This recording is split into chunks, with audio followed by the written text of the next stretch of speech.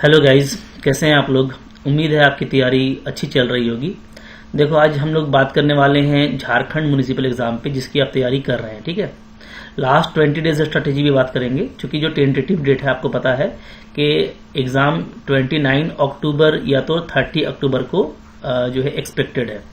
Schedule इसका जैसे ही आएगा तो वो कंफर्म हो जाएगा। तो हम लोग देखो वन बाय वन इस पे बात करेंगे कि हमको तैयारी अब यहाँ से कैसे करना चाहिए। सिलेबस पे भी बात कर लेंगे। ठीक है, सिलेबस का जो रिड्यूस्ड फॉर्म होता है कि कम से कम पढ़ करके अब जो अच्छा से अच्छा कर सकते हैं उस पर बात करेंगे। ठीक है, तो वन बाय वन देखने वाले हैं। पीजीटी से हम लोगों ने क्या सीखा, क्योंकि पीजीटी का एग्जाम अभी रिसेंटली हुआ है, सिलेबस उसका बिल्कुल सेम लगा दिया है। ठीक है, वो तो कॉपी पेस्ट है।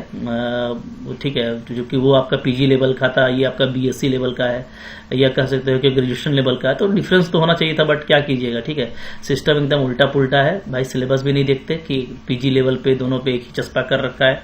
खैर, कोई बात नहीं है। ठीक है, हमको अपने जो है सेंस से काम करना है, अपना एक्सपीरियंस से काम करना है। जो हम लोगों ने पीजीटी में सीखा उस पर ही बात करेंगे।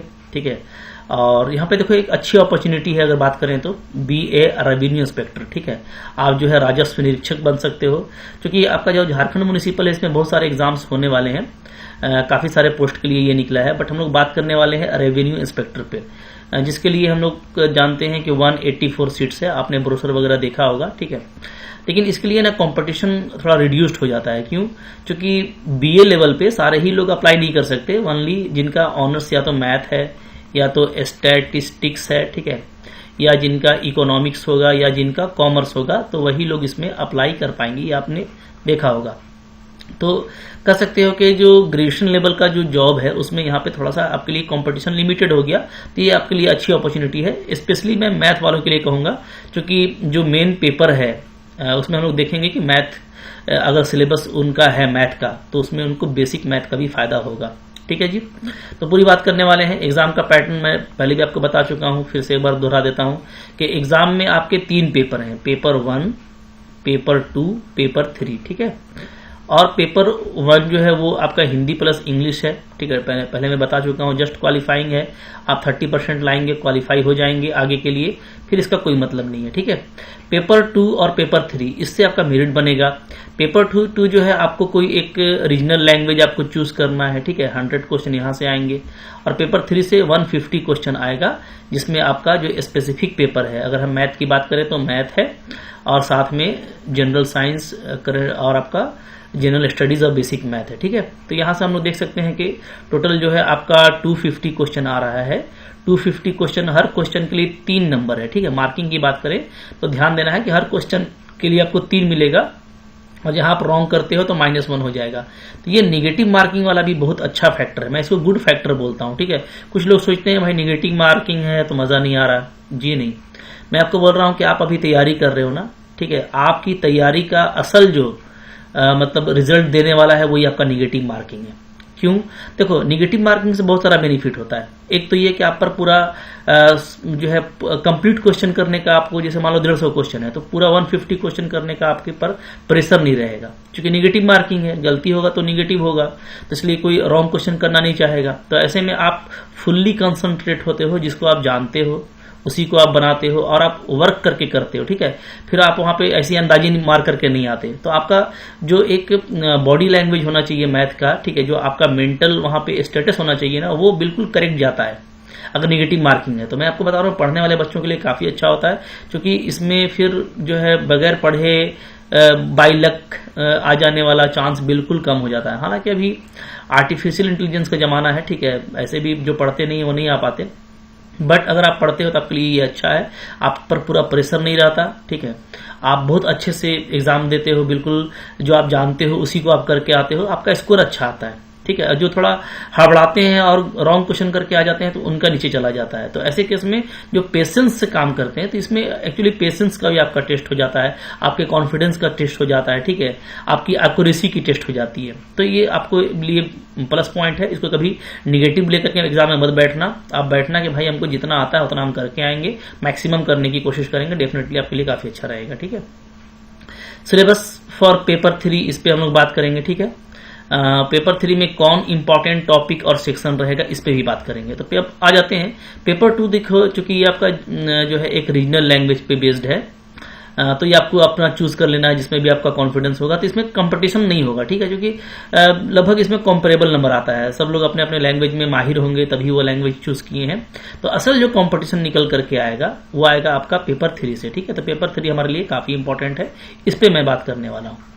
और देखो यहाँ पे जो मेरिट बनेगा वो 100 + 150 है ना, 250 क्वेश्चन से बनेगा। 250 में आपको सही पर 3 मार्क्स है, तो टोटल जो मार्क्स हो जा रहा है ना वो हो जा रहा है हमारा 750, ठीक है। 750 में कितना नंबर लेकर के आते हो, इससे आपका फाइनल मेरिट बनेगा। एक बात आपको ये भी ध्यान देना है कि रीजनल लैंग्वेज में भी आपको अलग से पास करना जरूरी है। 30% लाएंगे तभी पेपर 2 में पास करेंगे, और पेपर 3 में भी आपको कम से कम 30% लाना है, ठीक है। किसी में भी 30% से कम आएगा ना तो आप हट जाओगे, ठीक है। मिलाकर के मेरिट जरूर बनेगा, लेकिन दोनों में अलग अलग आपको 30% लाना जरूरी है, ये ध्यान रखिएगा। बाकी बहुत सारा चीज ब्रोशर में है, मैंने पहले भी बताया है, आप बस सर्च करके देख सकते हो, ठीक है। आप मेरा अगर यूट्यूब देख रहे हो तो आपको जो भी टॉपिक चाहिए उसके लिए मैं आपको सजेस्ट करूंगा कि मेरा यूट्यूब पे जाना आप, ठीक है। जो भी टॉपिक आपको चाहिए वो टॉपिक लिख दो, चाहे आपको प्रीवियस ईयर के क्वेश्चन चाहिए पीजीटी के, ठीक है, क्योंकि सिलेबस उसी का है, या आपको कोई और टॉपिक का चाहिए, एमसीक्यू चाहिए, कोई क्वेश्चन चाहिए, तो आप लिख यूट्यूब पे उसको टाइप कर दो। या पीजीटी की जो मैंने स्ट्रैटेजी भी बात की है, तो स्ट्रैटेजी आप स्ट्रैटेजी पीजीटी लिख दोगे, ठीक है, तो वो टाइप कर दोगे और लिख देना फिर मेरा चैनल जो है MSc लर्न ऑनेस्टली, तो आपको सारा कुछ दिखेगा। तो फिर लास्टली मैं बता दूंगा फिर से, ठीक है, कैसे करना है। चलो आगे बात कर लेते हैं। तो यहाँ पे मैंने पूरी स्ट्रेटेजी भी बात की हुई है पहले भी। तो 750 पर ये है तैयारी, ठीक है, कमर बांध लीजिए। लास्ट टाइम इसका मतलब ये जो लास्ट के, आपको पता है कि अगर अभी जैसे वर्ल्ड कप भी चल रहा है ना, तो लास्ट का 20 ओवर काफी इंपॉर्टेंट हो जाता है। ये तो 20 डेज है, मतलब बोलो लास्ट का 20 बॉल, ठीक है, इस तरह का। तो जितना इसमें आप मेंटली फिट रहेंगे, जितनी अच्छी आपकी तैयारी रहेगी, उतना अच्छा आप स्कोर करेंगे, ठीक है। लाइक दैट क्रिकेट, तो मैच खेलने के लिए तैयार हो जाइए। ओके, चलो अब आ जाओ। फिर क्या है यहाँ पे इंपॉर्टेंट टॉपिक और सेक्शन पे बात करेंगे। मैं ये बोल रहा था कि पेपर 3 आपका मेन होगा, कंपटीशन मेरिट इसी से बनेगा। तो पेपर 3 में अगर हम लोग देखें तो इसमें आपको 150 क्वेश्चन आना है जी, ठीक है। 150 क्वेश्चन आपको जो है वो इसको अगर हम लोग बांट दें तो ये 4 सेक्शन में बटा होगा। अगर मैं एक स्पेसिफिक पेपर की बात करूं तो एक आपका मान लो मैथ है, ठीक है, मैथ में आपने ऑनर्स किया हुआ है, मैथ चूज किया है तो एक मैथ होगा। फिर इनके लिए बेसिक मैथ एक अलग से प्लस पॉइंट आ जाएगा, ठीक है। उसके साथ आएगा जनरल स्टडीज और फिर आएगा जनरल साइंस, ठीक है। ओके, तो ये है। तो ये 150 क्वेश्चन आपको पता है, ठीक है, बहुत अच्छा डिजाइन किया गया है, क्योंकि 100 क्वेश्चन तो आपका यहां से आएगा, ठीक है जी। बेसिक मैथ में आपको 20 क्वेश्चन आएगा, ये आपको मैट्रिक लेवल से होगा, तो इसको करना मुश्किल नहीं होगा। 10th लेवल का क्वेश्चन होगा, बहुत अच्छे से कर पाओगे। स्पेशली इसमें क्वेश्चन आपके ट्राइगोनोमेट्री, ट्राइंगल, सर्कल, मेंसुरेशन, ठीक है, इन सब से आने वाला है, तो बहुत ज्यादा मुश्किल नहीं होगा। बेसिक अलजेब्रा से क्वेश्चन होगा, सर्ट्स से होगा, जिसको लोग करनी बोलते हैं, ठीक है, तो देख लेना उसको आप। नंबर जो संख्या का क्वेश्चन था वो होगा, ठीक है, नंबर सिस्टम से, तो इसका क्वेश्चन करना मुश्किल नहीं होगा, ये आपके लिए बोनस है, ठीक है। 20 जनरल साइंस की बात करें तो यहां से देखो 10 क्वेश्चन आएगा। ये 10 क्वेश्चन भी फिजिक्स, केमिस्ट्री और बायोलॉजी, ठीक है, यहां से आपके रहेंगे। ये भी 10th लेवल का होगा, तो ये भी करना आपके लिए काफी इजी रहने वाला है, ठीक है। जनरल साइंस की बात करें, जनरल स्टडीज की, तो इसमें आपका करंट अफेयर्स में, ठीक है, ज्यादा मोस्टली क्वेश्चन यहाँ पे नेशनल लेवल पे, अगर 20 क्वेश्चन यहाँ पे है, ठीक है, तो 10 क्वेश्चन नेशनल लेवल पे, और जो झारखंड है अपना उससे 10 क्वेश्चन रहेगा जी, ठीक है। तो ये 20, ये 10, ये भी बोनस, क्योंकि झारखंड से आप रिलेटेड हैं तो बहुत कुछ जानते हैं। ये 10, तो देखो ये सब ना अब मैथ बॉडी वालों के लिए प्लस पॉइंट लेके आया है, तो इसलिए मैं कहता हूं कि मैथ वालों के लिए बहुत अच्छा चांस है। अभी भी अगर आप सीरियस नहीं हुए हैं, सीरियस हो जाइए, ये गवर्नमेंट जॉब आपको मिलकर रहेगा, थोड़ा सा बस मेहनत करना है, ठीक है। तो टारगेट पे आ जाओ भाई, ये मेरा टारगेट है, ठीक है, 100। ये जो आपका स्पेसिफिक पेपर का क्वेश्चन है 100 क्वेश्चन, इसमें आप बस कोशिश करो, ठीक है, कि आप इस 100 में कोशिश करो कि आपका मोर देन 70 आ जाए। अगर 70 तक आ जाता है तो बिल्कुल 70 क्वेश्चन कर पाओगे ना, बिल्कुल सिक्योरिटी हो जाएगी आपकी। बाकी में तो आपसे मैं पूरी उम्मीद रखूंगा कि आप 80% से ऊपर करके आओगे। बाकी जो इधर 50 क्वेश्चन है, ठीक है, 20 और 10, लेकिन इसमें आपको 70 क्वेश्चन तक करने का टारगेट रखना है अभी, ठीक है। बाकी एग्जाम कैसा जाता है उसके बाद ठीक है, लेकिन 70 80 तक अगर कोई कर लेता है तो बहुत ज्यादा सिक्योर हो जाएगा। 70 तक करने का जरूर कोशिश करना, बट अभी से देखो ये टारगेट लेके नहीं चलना, क्योंकि जो पेपर है ना उस पर डिपेंड करता है कि पेपर कैसा आया। अब बहुत उल्टा पुल्टा आ जाएगा, क्योंकि मैं पीजीटी के एक्सपीरियंस की बात कर रहा था। पीजीटी में क्या हुआ, सिलेबस का एकदम धज्जी उड़ा दिया गया। ठीक है, सिलेबस तो दिया गया है बहुत लंबा चौड़ा, ओके, जो CSIR नेट का सिलेबस है वही दे दिया गया। ये सिलेबस का धज्जी उड़ाया गया इसलिए कि जो पैटर्न है, जो सिलेबस है, उससे क्वेश्चन नहीं था। हाँ, लेकिन आउट ऑफ सिलेबस भी आप नहीं कर सकते, क्योंकि क्वेश्चन ना, अगर हम लोग देखें, मैंने आप अच्छे से स्टडी किया है तो दोनों पेपर में जो 2 दिन एग्जाम हुआ था, एक लास्ट अगस्त, एक 1 सितंबर को, दोनों में 100 क्वेश्चन, 150 में 100 क्वेश्चन ऐसे थे जो मतलब कि जो भी बच्चा का बेसिक क्लास 11, 12, ठीक है, और उसके ऊपर का अच्छा है तो वो इजीली कर लेगा। तो एक्चुअली आपको पूरा ला करके मैथ पे गिरा दिया था कि आप कितना मैथ जानते हो, ठीक है, और उसमें फिर रॉन्ग क्वेश्चन बहुत ज्यादा थे, ये बच्चों को फ्रस्ट्रेट किया। रॉन्ग क्वेश्चन थे, अभी उसका रिवाइज्ड आंसर की आना बाकी है, उसको भी हम लोग देखेंगे, इसलिए टाइम लग रहा है उसमें रिवाइज्ड आंसर की आने में, इसलिए कि बहुत ज्यादा क्वेश्चन पे क्लेम किया गया है। मतलब गवर्नमेंट एग्जाम में इतना ज्यादा क्वेश्चन पे क्लेम किया जाना, ये अपने आप में भी एक जो है प्रॉब्लम वाली बात है कि इतना ज्यादा क्वेश्चन पे बात हो रहा है। ठीक है, खैर चलो कोई इशू नहीं है, अब देख लेंगे हम लोग। लेकिन हम लोग वहां से ये सीखे हैं ना कि एग्जाम की तैयारी करने के लिए आपके पास में सिलेबस है, ठीक है, लेकिन आप एक्चुअली जो आपका, अगर मैथ की बात करें, ठीक है, तो आप इसके नॉलेज पे जाओ कि आपको मैथ का ठीक ठाक नॉलेज होना चाहिए। ये BSc लेवल का एग्जाम है, तो मैं बोलूंगा कि 11th से स्टार्ट कीजिए। ठीक है, 11th प्लस 12 प्लस BSc का जो पोर्शन मैथमेटिक्स से रिलेटेड है, ठीक है, वो आप अच्छे से एक बार रिवाइज कर लेंगे, थोड़ा क्वेश्चन का प्रैक्टिस कर लेंगे तो बहुत अच्छा आपका स्कोर होने वाला है। ठीक है जी, तो इन तीनों पे हमारा खास फोकस रहेगा। हम लोग सिलेबस को तो देखेंगे, सिलेबस के अकॉर्डिंग तैयारी करेंगे। मैं आपको भी सिलेबस के टॉपिक भी बताऊंगा, क्योंकि हो सकता है कि जो उसमें गलती हुई हो वो इसमें ना हो। ठीक है, और यही एक फेयर मेथड है तैयारी करने का कि हम सिलेबस को कवर करें। ठीक है, तो सिलेबस को मैं अभी आपके सामने रखूंगा जो हमारे लिए इंपॉर्टेंट है। बट आपको 11, 12, BSc इन तीनों पे अच्छा से कमांड करने का कोशिश करना है, और एग्जाम में बिल्कुल होपलेस नहीं होना। एग्जाम में इस बार इतना गलत क्वेश्चन दिया कि बच्चा लोग कुछ क्वेश्चन किया और उसको ऑप्शन नहीं मिला, तब वो होपलेस हो गया। कुछ क्वेश्चन वो किया और उसने ऑप्शन लिया, लेकिन जब आंसर की आया तो कुछ दूसरा आ गया। तो कह सकते हैं कि कुछ ऐसा क्वेश्चन जिसमें सारे ही रॉन्ग ऑप्शन, कुछ ऐसे क्वेश्चंस जिसमें ऑप्शन तो करेक्ट है बट उसमें आंसर की में गलत आ गया। ठीक है, तो कुछ क्वेश्चन ऐसा है कि बहुत क्लियर नहीं है उसके वर्ड्स, कुछ क्वेश्चन ऐसा है कि मतलब कि एक के बाद दूसरा क्वेश्चन उसी सेक्शन से पूछ दिया है, एकदम लॉलीपॉप टाइप का। तो बहुत तरह की बातें उसमें हुई हैं। ठीक है, फिर भी अगर उसी तरह का क्वेश्चन आता है तो अब हम लोगों को मेंटली तैयार रहना है कि हमको भाई एग्जाम में हड़बड़ाना नहीं है। जिसके चारों ऑप्शन रॉन्ग है, ठीक है, उसमें ठीक है, आप क्वेश्चन को या तो स्किप कर दो या तो बना दो। स्किप भी अगर आप करोगे तो बाद में आपको नंबर मिल जाएगा, क्योंकि आपने अगर उसको सोल्व किया होगा और आप ये देख रहे होगे कि चारों ऑप्शन गलत है, तो भाई तो उसका तो बाद में नंबर मिलना है। तो हड़बड़ाना नहीं है, अगर चारों ऑप्शन नहीं मिलता तब भी प्रेशर में नहीं आना है। ठीक है, क्वेश्चन को डील करना है। मैं आपको बता रहा हूँ PGTCS का लेवल इजी रहेगा, ये BSc लेवल का है।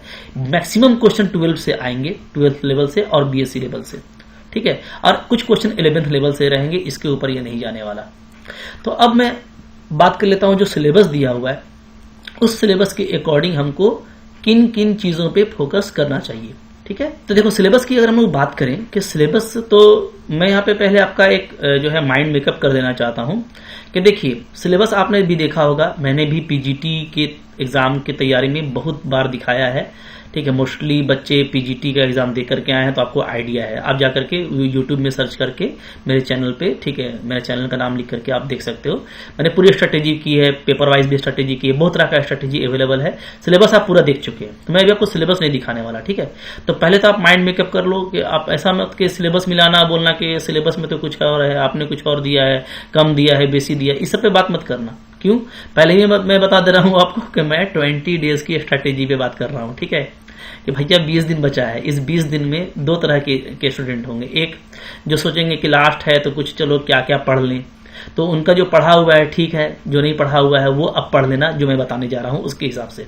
और जिनको रिवीजन करना है तो वो इनका रिवीजन कर लेना। ठीक है जी, तो सिलेबस आपने देखा होगा कि सिलेबस तो एक्चुअली अगर आप देखो तो ये तो मैंने अपना दिया है। ठीक है, आप ब्रोशर पे जाकर सिलेबस देख लेना, जो ओरिजिनल सिलेबस है। ठीक है, वहां पे कुछ किया नहीं है, PGT का सिलेबस को ला करके उठा करके वहां से पेस्ट किया है ठीक है, कंप्यूटर में सबसे आसान काम यही होता है कि भाई कॉपी करो और उसको पेस्ट कर दो, तो वही किया है। और वो जो सिलेबस है वो CSIR नेट का है, मतलब CSIR नेट में जितनी बातें पढ़नी होती हैं वही, लेकिन CSIR नेट में तो आपको पता है कि 4 पेपर अगर आपका अच्छा है तो आपको हो जाएगा।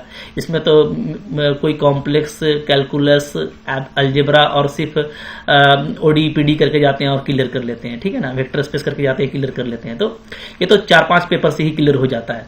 तो इसलिए इसका सिलेबस है कि जिसमें आपकी स्पेशलिटी है आप उसके अकॉर्डिंग तैयारी करो। तो CSIR नेट इसलिए ऐसा सिलेबस देता है, ठीक है, कि अपने अपने हिसाब से आप अपना पोर्शन चुन लो। बट यहाँ पे आप सारे पोर्शन से क्वेश्चन आने हैं, आप पूरा इसी का सिलेबस डाल दिया है तो ये कोई मतलब का नहीं है। तो PGT में पहले भी वो बहुत ज्यादा मतलब का नहीं था, फिर भी हम लोग उसका तैयारी किए थे, चूंकि PGT पोस्ट ग्रेजुएट लेवल है और वहां पे क्वेश्चन आना पॉसिबल है, ठीक है। बट ये जो है BSc लेवल का है तो ये कभी भी CSIR नेट की तरफ नहीं जाएगा। अब देखो 1-2 क्वेश्चन अगर फिर से कॉपी कर दे तो भाई इसमें किसी का दोष नहीं है, ठीक है, वो उसी का दोष कहलाएगा। लेकिन हम लोग उम्मीद करेंगे कि क्वेश्चन पेपर अच्छा रहेगा, ठीक है। और मैं आपको बोलूंगा कि आप पेशेंस से काम करना, निगेटिव मार्किंग भी है इस बार, रिस्क नहीं लेना है, बना बना के करना है। तो अब हम लोग ये देख लेते हैं ना कि जो टॉपिक है उस टॉपिक के वाइज आपको अभी से क्या क्या पढ़ना चाहिए। अगर आप रिवीजन कर रहे हो तो इन्हीं का रिवीजन कर लो, सफिशियंट रहेगा, इनफ रहेगा, ठीक है। तो अगर हम लोग यहाँ पे देखें पहले लीनियर अलजेब्रा, तो लीनियर अलजेब्रा में बहुत सारा सिलेबस है, वेक्टर स्पेस है, सब स्पेस है, बेसिस है, लेकिन मैं सबकी बात नहीं कर रहा। अभी से आप बस इन सब को देख लो, मैट्राइसिस को आप देख लो, ठीक है। मैट्राइसिस में कुछ इंपॉर्टेंट मैट्राइसिस देख लेना, symmetric, SQ symmetric, nilpotent, idempotent, ठीक है जी, यूनिटरी मैट्रिक्स, ये सब इंपॉर्टेंट मैट्रिक्स हैं, अपर ट्रायंगुलर, लोअर ट्रायंगुलर, ठीक है।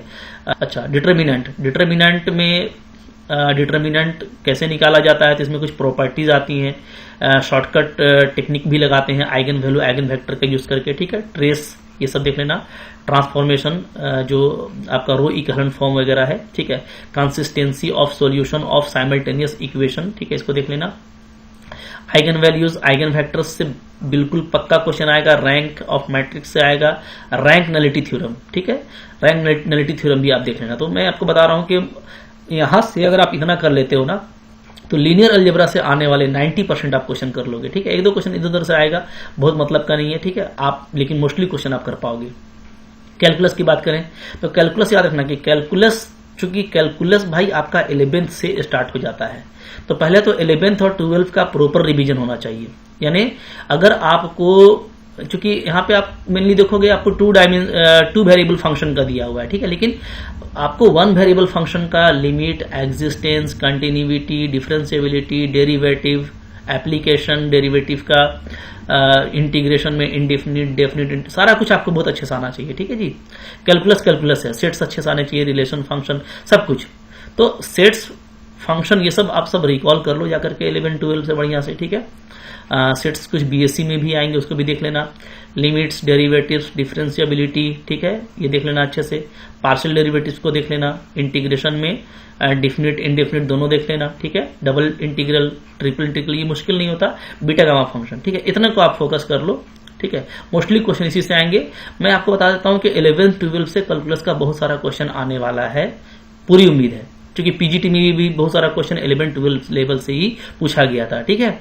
तो ये जो टॉपिक है अब मैं आपको दे रहा हूं ना, ये प्रैक्टिकल टॉपिक है, इससे क्वेश्चन आएगा, ठीक है, ना कि वो सिलेबस वाले पे बहुत ज्यादा परेशान होने की जरूरत है, ठीक है जी।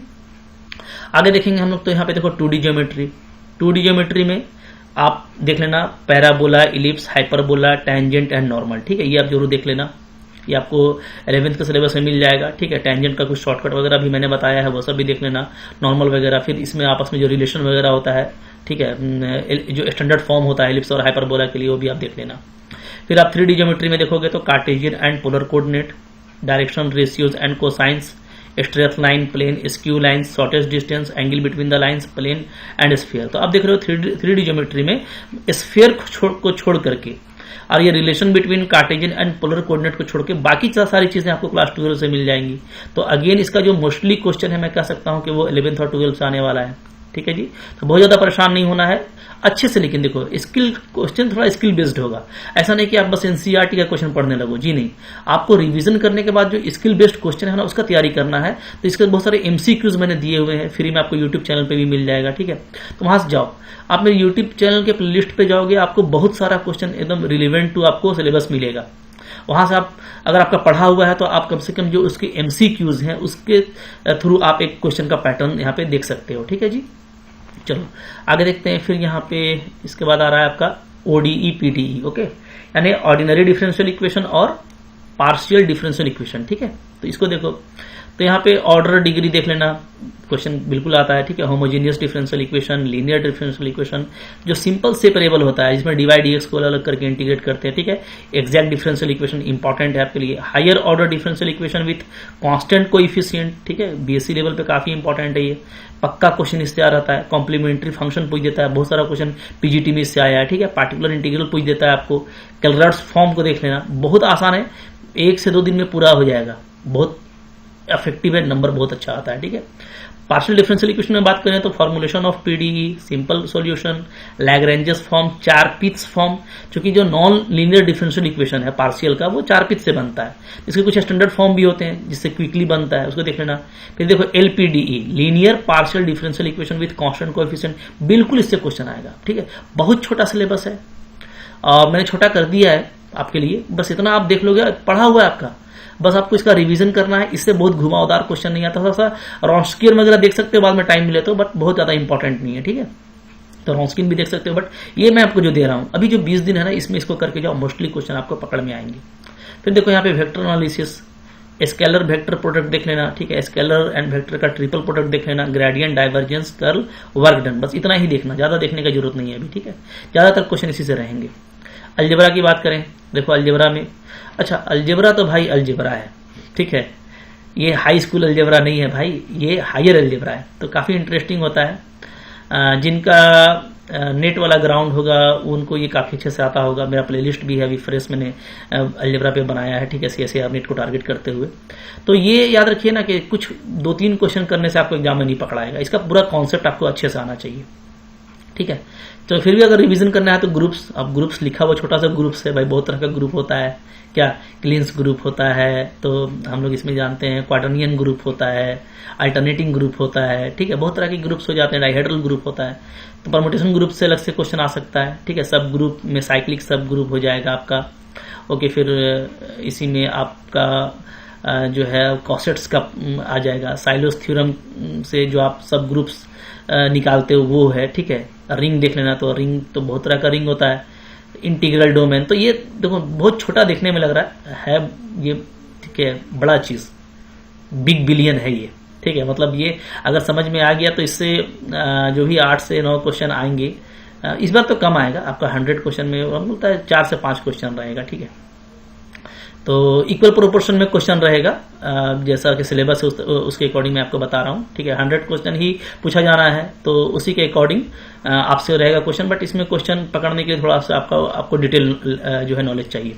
तो बहुत डिटेल नॉलेज अगर नहीं है तो कुछ आप MCQs करके बाकी को स्किप कर सकते हो। ठीक है, पढ़ने जाओगे तो शायद उतना टाइम आपको ना मिले, देख लेना। और अगर बाकी की तैयारी की हुई है तो आप देख सकते हो अभी। ठीक है, प्लेलिस्ट मेरा मौजूद है, काफी इंटरेस्टिंग है, बहुत मजा आता है, बहुत ही अच्छा है अलजेब्रा अगर पढ़ोगे तो। ठीक है, आगे देखो फिर है कॉम्प्लेक्स एनालिसिस, अगेन ये जो है ना ये है सुपर पावर। ठीक है, बहुत सारे क्वेश्चन आते हैं इससे और इजी क्वेश्चन आते हैं, मैं आपको बता रहा हूँ। अगर आपकी तैयारी अच्छी है तो पीजीटी में भी बहुत सारे क्वेश्चन आए थे जो बहुत इजी बन रहे थे। तो हम लोग यहाँ पे देख सकते हैं क्या है, एनालिटिक फंक्शन, ठीक है, CR इक्वेशन यानी कुर्सी-रीमा इक्वेशन, माइलने थॉम्सन मेथड से जो आप एनालिटिक फंक्शन को फाइंड आउट करते हो। ठीक है, हार्मोनिक कंजुगेट्स को देख लेना, पोल्स, सिंगुलरिटीज, ठीक है, contour integration, Cauchy integral, residue theorem, तो ये सारी चीजें एक ही 2 टॉपिक से कवर हो जाती हैं और क्वेश्चंस काफी इससे ज्यादा आने के चांसेस हैं। ठीक है, मतलब ये सब आसान मेहनत में आपको ज्यादा नंबर देंगे, तो इसको देख लेना।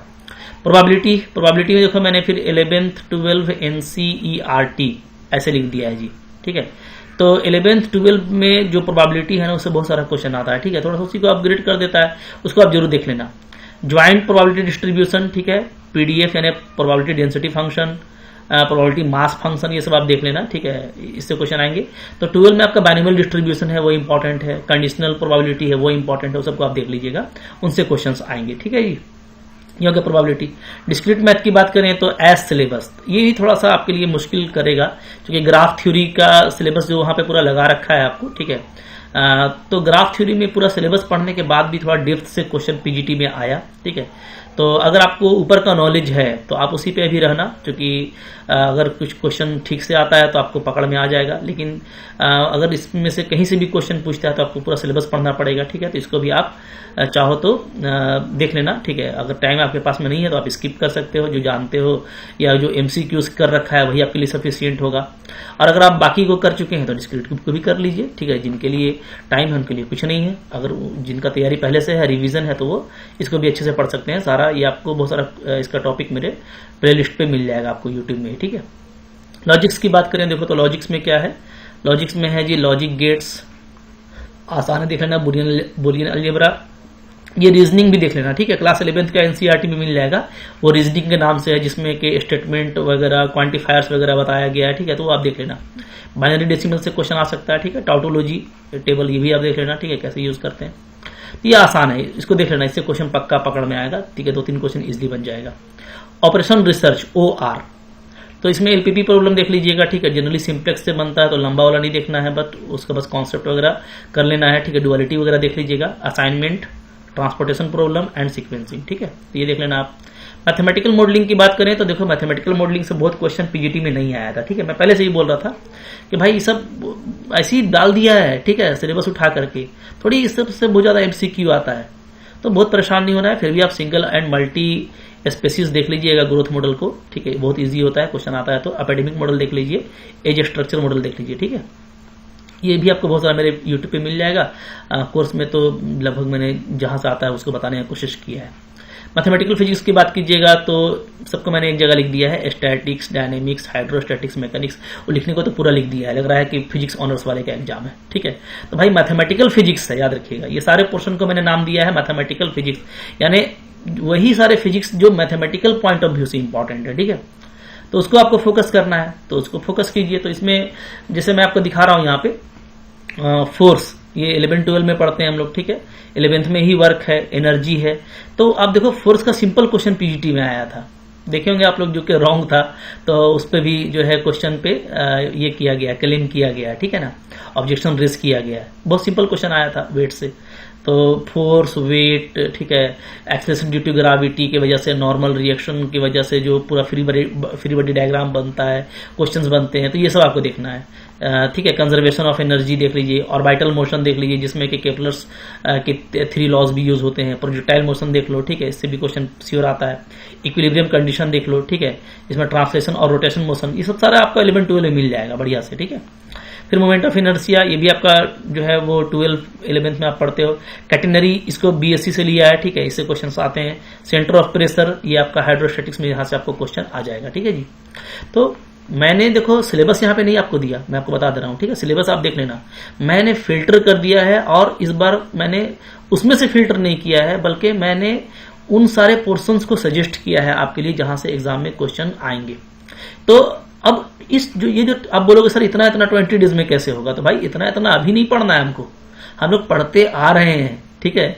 बहुत सारी चीजें 11-12 में पढ़ चुका है, बहुत सारी BSc में पढ़ चुका है, तो आपको इसका रिवीजन करना है, प्रॉपर प्रैक्टिस करनी है, आपको एक कॉन्फिडेंस बिल्डअप करना है, ठीक है। एग्जाम का जो स्ट्रक्चर है उसके अकॉर्डिंग अपने आप को तैयार करना है। तो देखो ये एग्जाम OMR में हो रहा है, ठीक है, ये आपके लिए OMR वाला एग्जाम है, तो केयरफुल रहना भाई, पहले हड़बड़ाना मत, ठीक है। रजिस्ट्रेशन नंबर वगैरह भर देना अच्छे से, क्योंकि CBT पे नहीं है। ये नहीं कि रजिस्ट्रेशन नंबर में ही आपका गलती हो गया, फिर आप पूरा बैठ करके बस सोचते रहोगे क्या हो गया, ये सब नहीं करना है, ठीक है। तो OMR पे हो रहा है, तो बहुत लोग मुस्कुराते हैं CBT में नहीं हो रहा है, भाई OMR पे ध्यान देना है, ठीक है। सब कुछ भरना भी पड़ता है, और एक बार कहीं पे अगर ऐसे हो गया गलती से ना, तो फिर वो दोबारा फिर सही नहीं होगा, मिटाना की कोशिश भी नहीं करना, ठीक है। तो खैर मैं तो CBT ज्यादा बेस्ट मानता हूं, पर कोई इशू नहीं है, जिस पे हो रहा है उसी पे ठीक है। OMR, ठीक है, मजा आता है आपको, पहले से आप देते आ रहे हैं, तो कोई इशू नहीं है। तो अब देखो OMR पे हो रहा है, निगेटिव मार्किंग के साथ हो रहा है। मैं फिर कहूंगा एक बार, मैथ्स वालों के लिए बेस्ट अपॉर्चुनिटी है, तो आपको छोड़ना नहीं है। जो मैंने चीजें रिकमेंड की वो तैयारी करो, ठीक है। अब आप बोलोगे इतना 20 डेज में, तो मैं उसके लिए यही बोलूंगा कि अब आप अगर बिल्कुल यहां से स्टार्ट कर रहे हो तो आप अपने लिए यहां पर टॉपिक्स चूज कर लो, ठीक है। अब आप बोलोगे सबसे इंपॉर्टेंट टॉपिक कौन है, तो सबसे देखो लीनियर अलजेब्रा से पक्का बहुत सारा क्वेश्चन आएगा। कैलकुलस ये इंपॉर्टेंट है, ठीक है। 2D 3D ज्योमेट्री ये इंपॉर्टेंट है। अगर बहुत ज्यादा इंपॉर्टेंट की बात करें तो ODE PDE बहुत ज्यादा इंपॉर्टेंट है जी, ठीक है। अच्छा, बाकी इसके बाद कॉम्प्लेक्स एनालिसिस काफी ज्यादा इंपॉर्टेंट है, ठीक है, जिसके क्वेश्चन आपसे बनेंगे पढ़ने के बाद, मैं उसको टिक कर रहा हूं, ठीक है, मैं उसको टिक नहीं कर रहा जिसको आप पढ़ोगे और नहीं बनेगा तो बाकी को आप चूज कर लेना जिसमें से, ठीक है, लेकिन इतना जो मैंने टिक किया है ना, इसको आप पहले देख लो, ठीक है, और एक आप प्लान बना लो। मान लो कि आपके पास में उतना टाइम नहीं है, या ऐसा हो सकता है कि आप अभी शुरू किया है, तो आप इसको देख लो 1 by 1, ठीक है, जब जागे तब सगेरा। अब मान लो अगर आप अभी इससे तैयारी कर रहे हो तो आप अभी से इसको लेके चलो, ठीक है, उसको बोलते हैं जब जागे तब सवेरा। तो अब अभी से अगर आप स्टार्ट कर रहे हैं तो आप यहां से फोकस करते जाइए, एक एक करके आप टॉपिक कवर कीजिए, यही अच्छा स्ट्रेटेजी रहता है। इन्हें कि हड़बड़ा करके आप रैंडमली कुछ एमसीक्यू करके जाइए, उससे कुछ नहीं होता। मैं आपको बता रहा हूं, देखो एग्जाम में ना आपका कॉन्सेप्ट चेक किया जाता है कि आपका मैथ का इंटायर कॉन्सेप्ट क्या है, ठीक है, ना कि ये बस कि आपको कितनी रटंती विद्या आती है, ये नहीं। तो आपको कॉन्सेप्ट ही सीख के जाना पड़ेगा, और कॉन्सेप्ट बेस्ड क्वेश्चन ही ज्यादा पीजीटी में आए थे, और यही होगा। फिर आपको लगेगा कि सिलेबस को ध्यान में नहीं रखा गया, लेकिन तब भी बहुत सारे क्वेश्चन आपके सिर्फ कॉन्सेप्ट से होंगे और आपसे बनने वाला होगा। तो इन आइदर केस, या तो सिलेबस से आए या सिलेबस से ना आए, हर केस के लिए मैं आपको तैयार कर रहा हूं कि आप इनको पढ़ करके जाओ, ठीक है, कॉन्सेप्ट को मजबूत रखो, ताकि कहीं से भी कोई क्वेश्चन आए तो आप उसको उठा करके फौरन से जवाब देने आपको आता हो, ठीक है। पिछले बार भी यही होता कि बच्चे बस पीजीटी में एमसीक्यूज पे कर रहे थे, और बहुत सारा मैंने एमसीक्यू कराया भी था, लेकिन क्वेश्चन बहुत सारा डायरेक्टली कॉन्सेप्ट से आ गया। तो अब जिनको कॉन्सेप्ट नहीं किया हुआ था उनको दिक्कत हुई। तो आपको एमसीक्यूज करना है, बट कॉन्सेप्ट करने के बाद, ठीक है। तो इस तरह से आप टारगेट करके कर सकते हो, और अगर आपका ये सब किया हुआ है तो जो बचा हुआ है उसको अकॉर्डिंग आप अपनी स्ट्रेटेजी बना सकते हो। बट 20 डेज में मैंने बता दिया, ठीक है। आगे भी आपको मैं गाइड करता ही रहूंगा, और बहुत सारे, अब चलो सजेशन पे बात कर लेते हैं कि अब करना क्या है, ठीक है। तो यहाँ पे ये है कि सबसे पहले तो भाई आपको पढ़ना है और पढ़ना है, ठीक है। कॉन्सेप्ट को पढ़ना है, अच्छे से पढ़ना है, स्मार्ट लर्निंग करना है, मतलब किसी भी कॉन्सेप्ट को सीख करके उसका एमसीक्यू करना है। यही रखिए, याद रखिए कि ये 20 डेज बहुत इनफ है अगर तैयारी करोगे तो, ठीक है। इसमें स्पीड काफी ज्यादा होती है, माइंड का कंसंट्रेशन भी काफी अच्छा होता है, ठीक है। तो मेरे सजेशन ये है कि पढ़िए, एक शेड्यूल बना करके पढ़िए, ठीक है। कोशिश कीजिए कि आपका सुबह और शाम मिला करके 7 to 8 आवर्स का शेड्यूल बने, ठीक है, जिसमें कॉन्सेप्ट्स ज्यादा हो, और जिनका कॉन्सेप्ट किया हुआ हो फिर उसके आप एमसीक्यूज करें, ठीक है। तो अब ये सब तैयारी जो है बहुत तरह के मोड से कर सकते हो। यूट्यूब पे बहुत सारे वीडियोस हैं, बहुत सारे अच्छे टीचर्स हैं। मेरा भी यूट्यूब चैनल है जिसे मैंने आपको बताया, ठीक है, और आप देख ही रहे होगे। तो इसी यूट्यूब चैनल पे आप प्लेलिस्ट पे चले जाना, प्लेलिस्ट पे जाकर के आप चेकआउट कर सकते हो, ठीक है। मेरा जो होम, देखो यूट्यूब पे होम पे जाते हैं, ठीक है, होम पे जाएंगे ना तो आपको प्लेलिस्ट मिल जाएगा, वहां से आप जाकर के चेकआउट कर लेना। आपको रिलेवेंट टॉपिक्स पे बहुत सारे कॉन्सेप्ट्स और एमसीक्यूज के वीडियोस आपको मिल जाएंगे। कोई भी अगर आपको नहीं मिल रहा है तो आप डायरेक्ट सर्च करके ढूंढ सकते हो, ठीक है। जो भी आपको चाहिए वो लिख दो, और लास्ट में लिख देना मेरा चैनल का नाम, MSc लर्न ऑनेस्टली, ठीक है। तो MSc लर्न भी लिखोगे तो ये पूरा आ जाएगा, MSc लर्न ऑनेस्टली, ठीक है जी। तो यहां से आपको वो मिल जाएगा। तो YouTube से तैयारी कर सकते हो, जो आपको कमी बेसी है वो, ठीक है। दूसरा ये कि मैंने आपको कोर्स प्रोवाइड किया हुआ है मेरे ऐप पे, ठीक है। तो ये जो कोर्स है वो आपको मिल जाएगा मेरे ऐप पे मिलेगा, ठीक है। ऐप आपको यूट्यूब से ये आपको प्ले स्टोर से डाउनलोड करना पड़ेगा।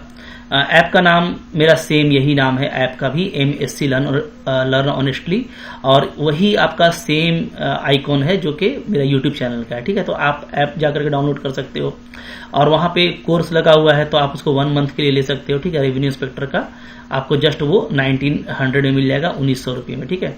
बहुत बच्चे बोल रहे थे कि सर अब तो 1 महीना नहीं बचा हुआ है तो कम कर दीजिए। देखो, तो कम करने का क्या, इसमें इतना सारा वीडियोस और इतना सारा एमसीक्यूज, इतना अच्छा PDF है ना कि अगर आपको कुछ पढ़ना होगा तो आपको मजा आ जाएगा, ठीक है। और ये पीजीटी में भी इसी तरह का सिलेबस था, बट यहाँ पे थोड़ा फिल्टर किया हुआ है। पीजीटी वगैरह वाला आपके पास है तो लेने का जरूरत नहीं है। हाँ, किसी के पास में पीजीटी वाला नहीं है तो ये फिल्टर्ड है, और इसमें बहुत बोनस ये है कि मैं आपको टेस्ट सीरीज भी फ्री में दे रहा हूँ, ठीक है। तो टेस्ट सीरीज आपको जो अलग से भी लगा हुआ है, ये आपको अलग से 600 में मिलता है, तो ये आपको इसमें बिल्कुल फ्री में मिल रहा है, ठीक है। तो भाई 600 रुपया माइनस कर दो तो बचा 1300 रुपया। और टेस्ट सीरीज मैंने बिल्कुल पैटर्न के अकॉर्डिंग बनाया है। आप बोलोगे कि सर वो तो सीबीटी में है, हमको जो है OMR पे देना है, उससे क्या होता है, आप सीबीटी में ही अभी आपको तो क्वेश्चन प्रैक्टिस करना है, आपको पैटर्न देखना है कि 150 क्वेश्चन में जो 100 क्वेश्चन है वो कहाँ से है, 20 क्वेश्चन कहाँ से, फिर 20 क्वेश्चन कहाँ से। तो मैंने पूरा इसके पैटर्न के according with the negative marking आप सही करेंगे तो आपको +3 मिलेगा, आप रॉन्ग करेंगे तो आपको -1 होगा। तो बिल्कुल पैटर्न से लगाया है, तो आप प्रैक्टिस करके देख सकते हो ना कि नेगेटिव मार्किंग के फ्रेम में आपका कितना नंबर आ रहा है, आपका क्या रैंक आ रहा है, आपका वीक जोन क्या है। और ये सीबीटी पे है तो आप कंप्लीट एनालिसिस भी कर पाओगे। सबमिट करने के बाद आप सॉल्यूशन भी देख सकते हो, ठीक है। तो बहुत अच्छा है। तो अगर आप कोर्स लेते हो तो आप बहुत कुछ देख पाओगे, जो आपकी जरूरत है वो भी आप देख सकते हो, ठीक है।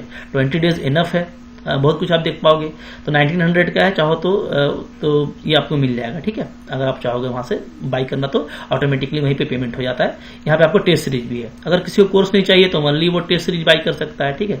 तो टेस्ट सीरीज बहुत अच्छा है, जैसा मैंने आपको बताया। तो इसको जरूर आप जो है दे करके जाओ। ये 600 का है, ठीक है। इसमें देखो जो इंपॉर्टेंट क्वेश्चन है, तो जो पीजीटी में था उसी से बहुत सारा इंपॉर्टेंट क्वेश्चन लिया है, बाकी कुछ क्वेश्चन को ऐड भी किया है, ठीक है।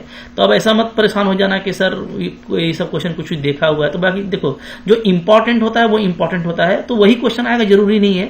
लेकिन वो देने का पर्पस ये होता है कि इस तरह का क्वेश्चन आ सकता है, ठीक है। तो उसको लेकर के आपको फोकस करना है। तो देखो ये सारी बातें थी, ठीक है। और मैंने आपको बता दिया, और टाइम टू टाइम मैं आपको और भी सजेशन देता ही रहूंगा, ठीक है। जैसे जैसे एग्जाम क्लोज होगा, कोई भी अपडेट होगा, मैं आपको देता रहूंगा। तो मैं आपको यही बोलूंगा कि अभी अगर डेली बेसिस पे आपको इसका वीडियोस नहीं मिल रहा है ना, तब भी आप परेशान मत हो। पीजीटी के टाइम में बहुत तरह का वीडियो दिया है मैंने, और वो सारे वीडियोस अभी आप जाकर के एक बार रिकॉल करो, प्लेलिस्ट से देखो, ठीक है। यूट्यूब पे जैसे ही देखना शुरू करोगे वो आपको बार बार रिकमेंड करने लगेगा, तो आप बहुत तरह का चीज देख करके सीख सकते हो, ठीक है। बहुत कुछ मटेरियल अवेलेबल है, तो आप वो फ्री में तैयारी कर सकते हो। तो एक तो आपके पास में वो ऑप्शन है फ्री वाला, ठीक है, यूट्यूब से, और दूसरा आपके पास में ये ऑप्शन है। और अगर आप एप्लीकेशन पे हो भी तब भी आप यूट्यूब को एक बार देखा करो, डेली बाय डेली सब्सक्राइब करके रखा करो, ठीक है। नोटिफिकेशन बेल को ऑन रखा करो। मेरे कोई भी वीडियोस ना आपके लिए अच्छे ही रहेंगे, ठीक है। क्योंकि अगर आप मैथ्स की तैयारी कर रहे हो तो आगे आपका टारगेट CSER नेट होता है, लेक्चरशिप होता है, अच्छे एग्जाम्स होते हैं, ठीक है। तो उसी से रिलेटेड वीडियो होता है। आप देखते जाओगे तो आपके नॉलेज में इजाफा ही होगा, ठीक है, बढ़ोतरी ही होगा। इसलिए मैं कहूंगा कि स्किप नहीं करना चाहिए, ठीक है। जब भी आपको टाइम मिले आपको देख लेना चाहिए।